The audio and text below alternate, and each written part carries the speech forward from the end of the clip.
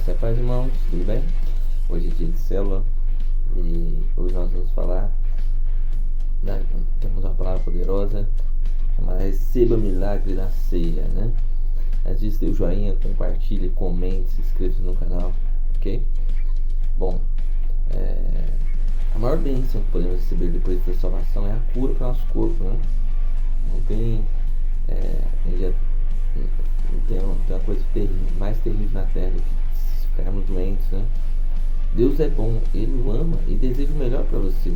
A vontade dele é que você tenha um coração cheio de paixão de vida, um corpo saudável cheio de vitalidade, um espírito renovado para adorá-lo e ter comunhão com Ele, uma mente clara, cheia de conhecimento de glória de Deus, né? Nunca foi a intenção de Deus que tivéssemos um corpo cheio de enfermidades e a alma deprimida e angustiada, incapaz de cumprir o seu propósito. Deus não nos criou para vivermos uma existência curta, atribulada e pobre, né? Não fomos feitos nem mesmo para morrer. Todas essas coisas são inimigas de Deus. O Senhor Jesus, ele veio para redimir isso, né? Da maldição a qual entrou no mundo pela queda do homem.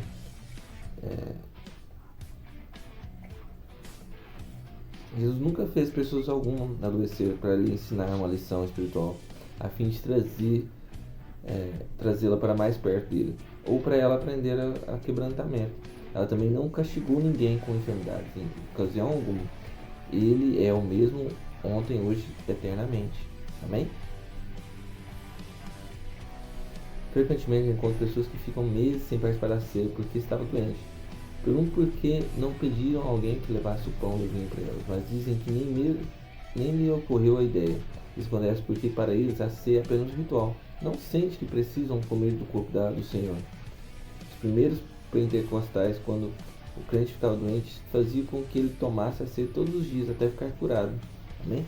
Nós temos que crer nisso, né? A ceia nos dá saúde e vida, né? Em 1 Coríntios 11, o Senhor diz que Ele não deseja que sejamos condenados com o mundo, né?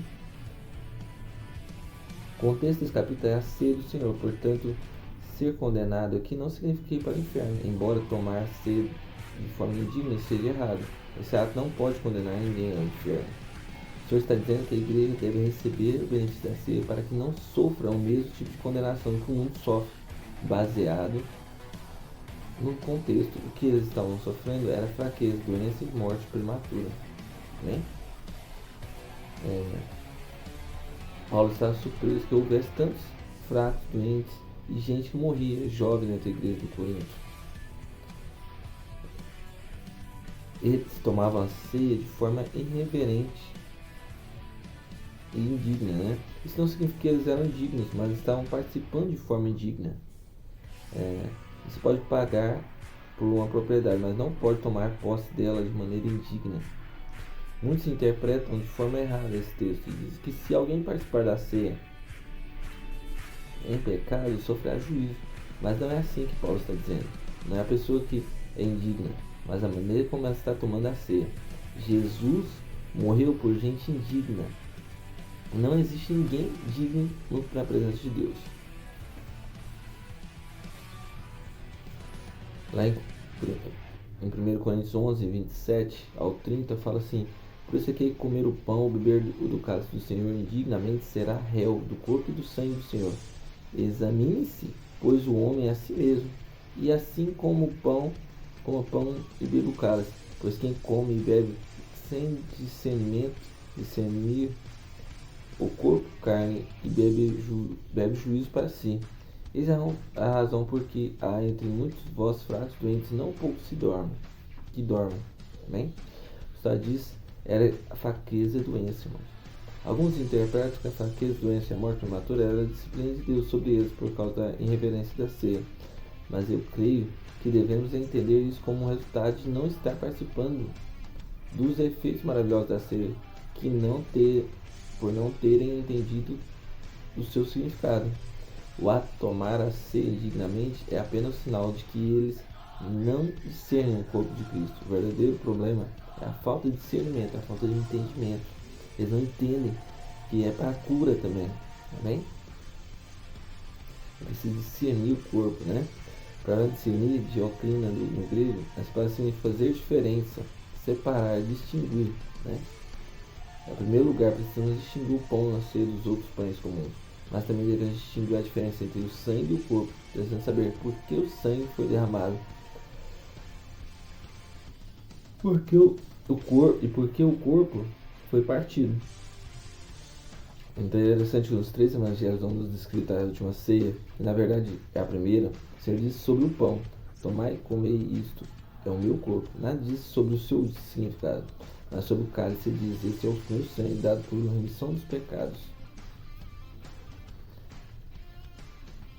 Qual o significado do pão? Por que o corpo foi partido? Nós sabemos que o sangue é para a remissão dos pecados, mas o corpo foi partido. Creio que o corpo foi partido para a cura do nosso corpo. Paulo não disse que o problema do Coríntios era porque não discerniu o sangue. Ele disse que o problema era não discernir o corpo, porque não discerniu o corpo, estavam fracos e doentes.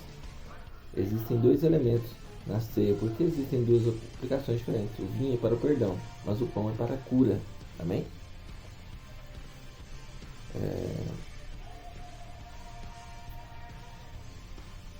O corpo é a verdade comida, né? O Senhor diz que Ele é o pão que desceu do céu, e ceia também está associado também ao ceia do Senhor. Nós comemos do Senhor na ceia. Amém?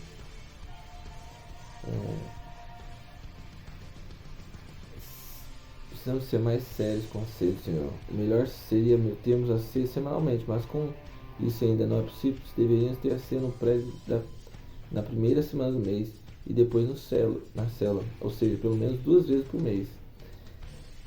Jesus disse: este é o pão, meu corpo. Ele não disse: este pão é o símbolo do meu corpo. Ele disse: este é o sangue da nova aliança.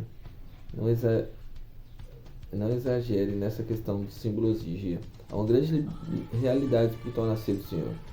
Na verdade, há poder na ceia, poder de cura. Amém? Nós temos que crer nele. Ele não nos mandaria celebrar um ritual simbólico vazio. O Senhor ama relacionamento. Se Ele ordenou a ceia, é porque o seu poder e a sua vida estarão disponíveis cada vez que partirmos dela, né? Amém? Bom, a palavra é essa, irmãos. Sabe, que nós possamos entender esse significado grandioso da ceia, né? Da comunhão. Amém? É muito importante. Tenha um dia abençoado, cheio da presença de Deus. Dê um joinha, compartilhe, comente, né? Inscreva-se no canal. Leia a Bíblia, medite a palavra, ore e tenha comunhão com os irmãos. Eu quero estar voltando a gravar os vídeos. Vamos gravar os vídeos juntos, vai ser bênção. Até lá.